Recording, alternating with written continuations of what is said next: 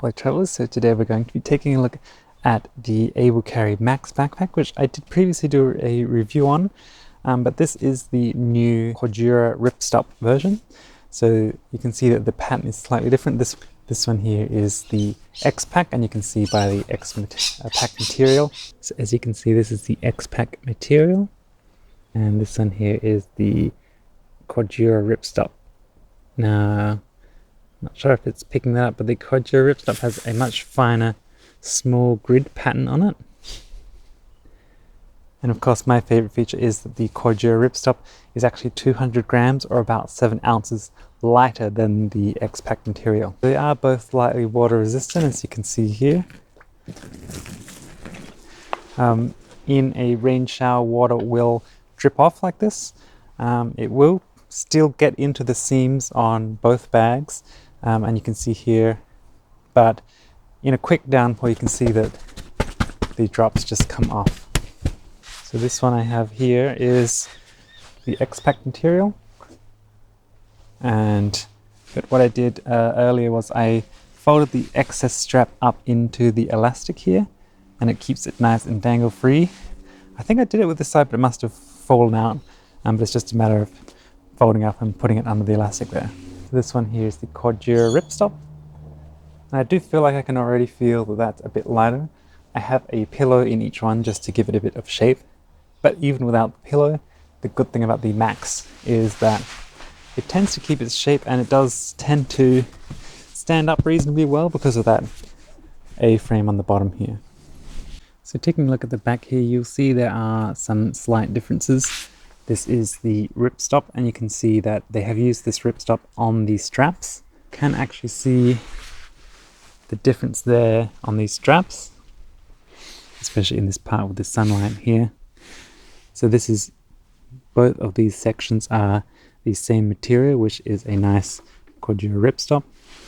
Whereas on the original here, on the X-Pac version, the X-Pac is only on this front part of the strap.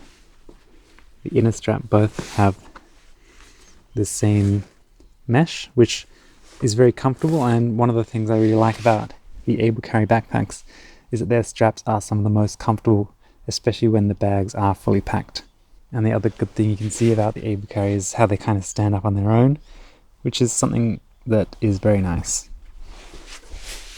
So taking a look at the side, you can see that the Cordura Ripstop is used on the side here for both panels, whereas on the X-Pac again, this is X-Pac, and the last bottom part here has the Cordura.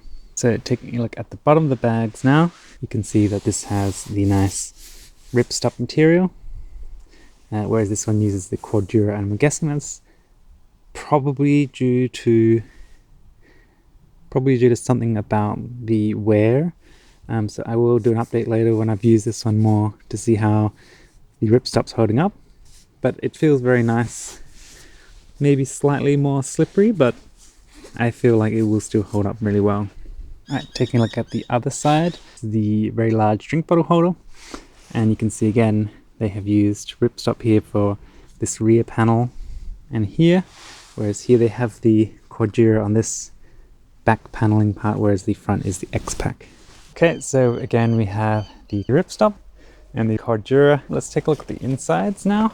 And I can see that the materials are the same. This one appears slightly lighter, but it is the same grid material. And you can notice here actually that's where a bit of the water leaked in. And I can see a few drops here as well where the water may have leaked in.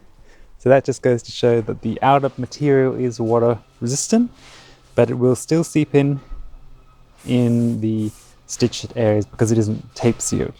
So if we take a look at the inside here now, looking down in, you can see that I think, yeah, this inner pocket is still the same, still has the same lash points, and yeah, overall looks pretty much the same.